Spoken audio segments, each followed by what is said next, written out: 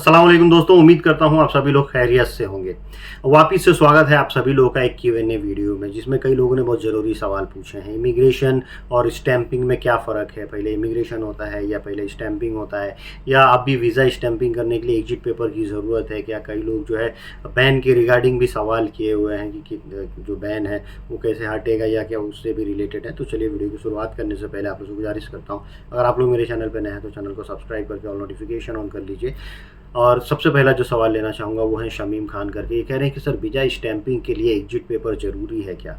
Second time जाना है Saudi तो क्या प्रोसेस होगा? एग्जिट पेपर कैसे मतलब क्या ज़रूरी है? तो देखिए, एग्जिट पेपर या छुट्टी भी आते हैं तो लोग ये समझते हैं, कई लोग, ये मैं आपको बता दूं कि कई लोग ये समझते हैं कि वो छुट्टी आए हैं, ऑफिस वाला बोलता है भाई एग्जिट पेपर दो, तो उनकी छुट्टी उनको लगता है कि फाइनल एग्जिट में कन्वर्ट हो जाएगी। नहीं, जो जैसा आप आए हैं वही स्टेटस दिखेगा, जवाज़ से वही पेपर निकलेगा।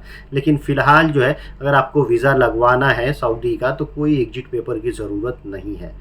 कोई फाइनल एग्जिट पेपर या फिर छुट्टी का पेपर आपको शो करने की ज़रूरत नहीं है। अब ये कानून ख़त्म है, लेकिन फिर भी अगर कोई ऑफिस वाले मांगते हैं तो आप मुझसे कांटेक्ट कर सकते हैं, वो पेपर हम निकलवा के दे देंगे। उस पर सारे डिटेल्स लिखे रहते हैं। कई ऑफिस वालों को डाउट रहता है कि ज़रा हम चेक कर लें, वो अपने लिए मंगाते हैं, तो भी आप मुझसे कांटेक्ट करके वो पेपर निकलवा सकते हैं। एक भाई है बाबू आर्यन, ये कह रहे हैं कि सर मेरा राइट हैंड का उंगली थोड़ा कटा हुआ है, तो फिंगर करने में कोई दिक्कत होगा क्या फिंगरप्रिंट में? 10 साल के सऊदी के रिटर्न नहीं है बता रहे हैं, लेकिन अब जो रूल है नए वीज़ा पे जाने के लिए बायोमेट्रिक करना पड़ता है, फिंगर करना पड़ता है।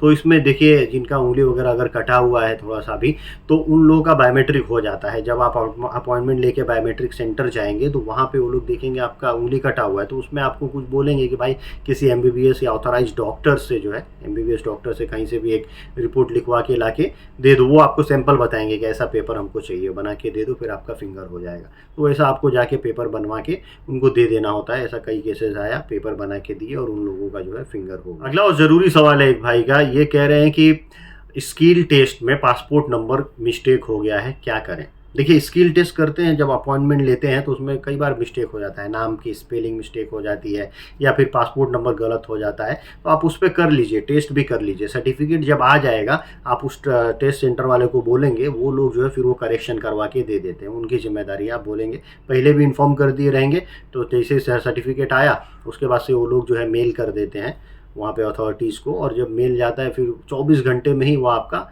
नाम या पासपोर्ट नंबर जो भी करेक्शन करना वो करेक्ट होके आ जाता है, कोई दिक्कत नहीं। भाई ये सैयद इमरान करके कह रहे हैं कि भाई मेरा 8 महीना बचा हुआ है कॉन्ट्रैक्ट में, जो इनका सऊदी अरब में कॉन्ट्रैक्ट में अभी 8 महीना बचा हुआ है, लेकिन दूसरी कंपनी में से ऑफर आया है, अच्छा पैसा मिल रहा है, जा सकते हैं कि नहीं?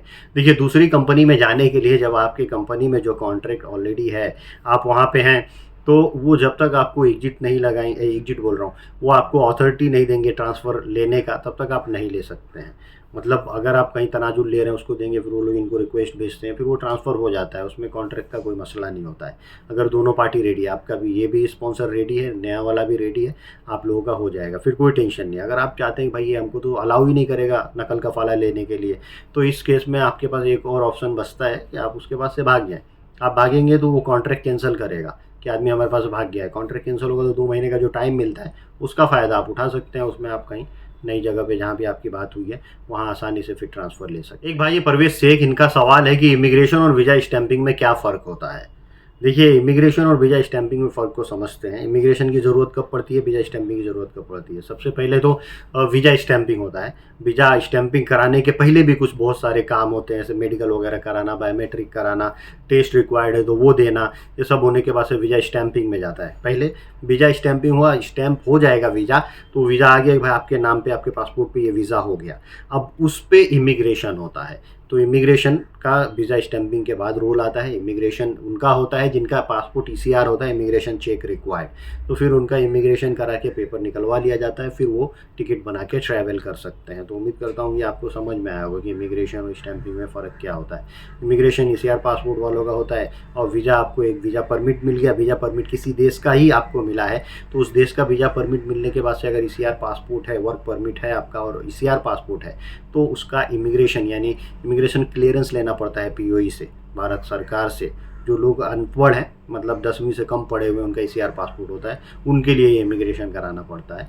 और बाकी एक जो इमिग्रेशन एयरपोर्ट पे होता है वो तो सबका ही होता है, आप जा रहे हो, कहीं माइग्रेट कर रहे हो इस देश से दूसरे देश, तो वो तो इमिग्रेशन आपका वो नहीं है, आपका कोई भी पासपोर्ट। एक भाई मोहम्मद हारिस ये कह रहे हैं कि सलाम भाई और सलाम, इकामा एक्सपायर हो गया 7 साल हो गया, कोई हरूफ नहीं है, खाली इकामा एक्सपायर है, क्या कफाला मतलब बदल सकते हैं? उसकी कंपनी का सीआर ये बता रहे हैं कि ख़त्म हो गया था।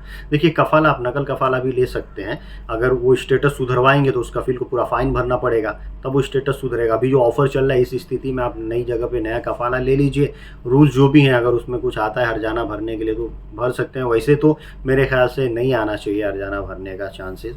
और हरूफ तो आपका ऑटोमेटिक लग ही गया होगा, आपको चेक करना चाहिए, क्योंकि वो लोग जो है काफ़ी लोग लगा ही देते हैं, नहीं तो उनके ऊपर वो जिम्मेदारी आ जाती है कि इनका इकामा बनाने का, उसका खर्चा, जब भी वो इन फ्यूचर बनाने जाएंगे इकामा तो पूरा पिछला खर्चा भरना पड़ जाता है। भाई मिस्टर कैफिन करके कह रहे हैं कि लेकिन भाई मैं जैसे ही छुट्टी से आया, मतलब ये सऊदी अरब से छुट्टी आए, इनकी कंपनी ने उसके बाद इनका कॉन्ट्रैक्ट कैंसिल कर दिया, अब इनका सिस्टम में हरूफ दिखा रहा है, अब सऊदी अरब दोबारा कैसे जा सकते हैं कि नहीं, इकामा ख़त्म होने में 4 महीना जो है बाकी है। तो देखिए जो लोग भी छुट्टी आते हैं, आने के बाद से कफिल लोग कुछ कर नहीं पाते, हाँ कॉन्ट्रैक्ट कैंसिल होता है, लेकिन अब ये कॉन्ट्रैक्ट जब कैंसिल होता है तो ऑटोमेटिक सिस्टम पे वो हरूफ दिखाने लगता है 2 महीने बाद, ये चीज़ें हैं।